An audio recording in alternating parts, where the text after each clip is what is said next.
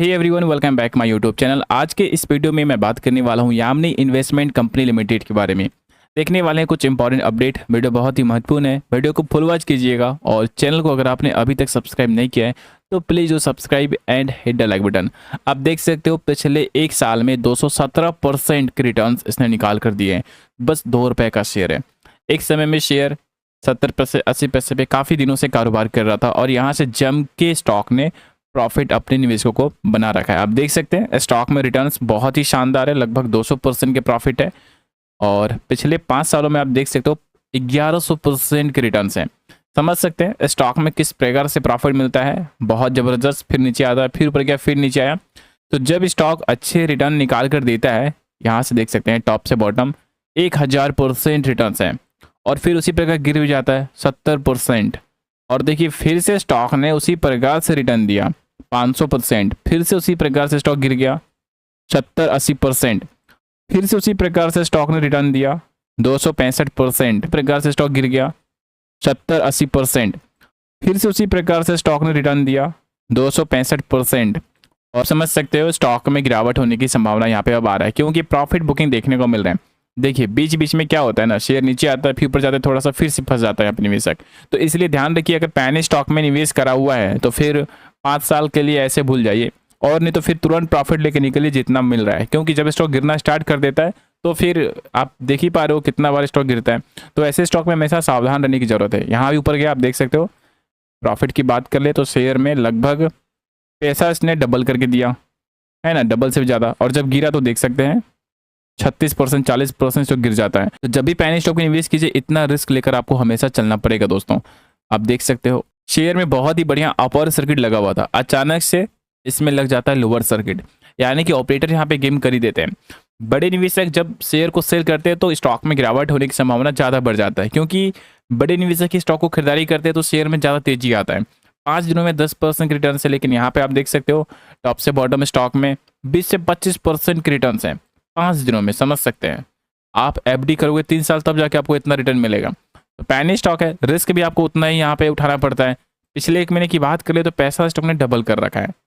तो बाजार में ऐसे स्टॉक से हमेशा सावधान रहने की जरूरत है। पैसा तो बहुत अच्छा बना देता है लेकिन बहुत सारे रिटेल इन्वेस्टर्स में फंस जाते हैं।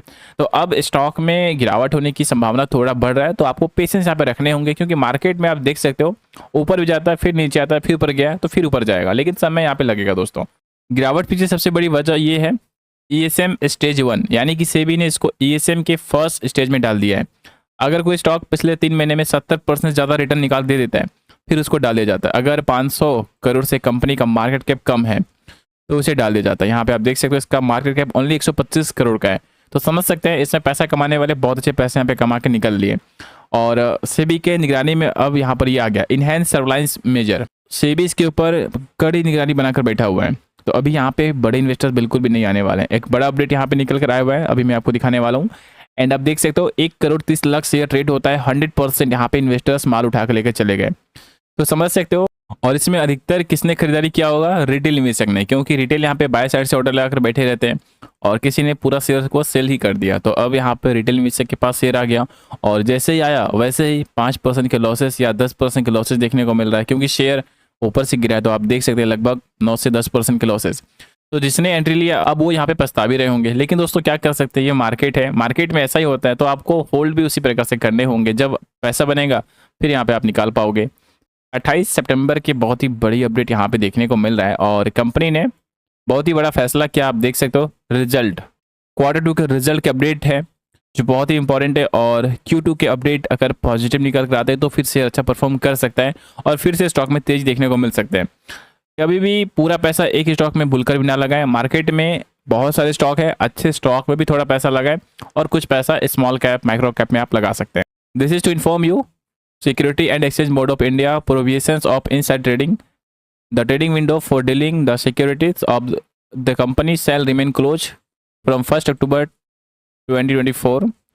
आगे देख सकते हैं completions of 48 hours after declarations of honorary financial result of the company quarter ended सितंबर 30, 2024। यानी दोस्तों कंपनी Q1 के रिजल्ट निकाल के देने वाली है और रिजल्ट देने से पहले इनसाइडर ट्रेडिंग को बंद कर दिया गया है।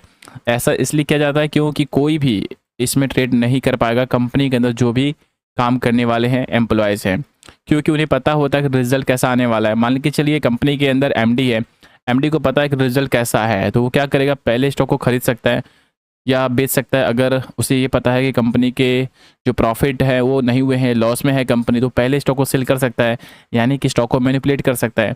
और अच्छा रिजल्ट है तो पहले स्टॉक को खरीद सकता है, क्योंकि जब रिजल्ट आएगा तो शेयर में तेजी आ सकता है। तो समझ सकते हो, इसी के वजह से भी इसका ट्रेडिंग सेशन को बंद कर दिया गया है। तो ओनली कंपनी के एम्प्लॉयज़ के लिए, रिटेलर्स के लिए नहीं है। रिटेल यहाँ पे ट्रेड कर पाएंगे। तो स्टॉक में अभी एलसी लगने की संभावना है, यानी कि लोअर सर्किट, और इसमें गिरावट अभी हो सकता है। कंपनी का फंडामेंटल की बात कर ले तो देखो, छोटी सी कंपनी का हर कुछ अच्छा आपको नहीं मिलेगा। अगर सब कुछ अच्छा होता तो शेयर 2 रुपया नहीं 200 पे मिलता। तो जब इसमें बड़े इन्वेस्टर्स आते हैं तभी स्टॉक में तेजी भी आता है, और अब जब आएंगे फिर यहाँ पे तेजी आएगा। अभी स्टॉक में थोड़ा गिरावट होने की संभावना है। जब भी आप पहले स्टॉक पे निवेश कीजिए, हमेशा 50% का रिस्क लेकर चलिए। ऐसे स्टॉक में हमेशा 40-50% तो रिस्क हमेशा बना ही रहता है। तो सोच समझ के निवेश करना चाहिए। पूरा पैसा एक स्टॉक में कभी भी ना लगाएं। जब कोई अपडेट आता है तो फिर स्टॉक में तेजी आएगा। अब कंपनी के रिजल्ट आने वाले हैं, और कंपनी के रिजल्ट अगर अच्छे आएंगे तो फिर स्टॉक में अच्छा तेजी देखने को मिल सकता है। तो दोस्तों, थैंक्स फॉर वॉचिंग। मिलते हैं नेक्स्ट वीडियो में। यहाँ तक बनने के लिए बहुत बहुत धन्यवाद।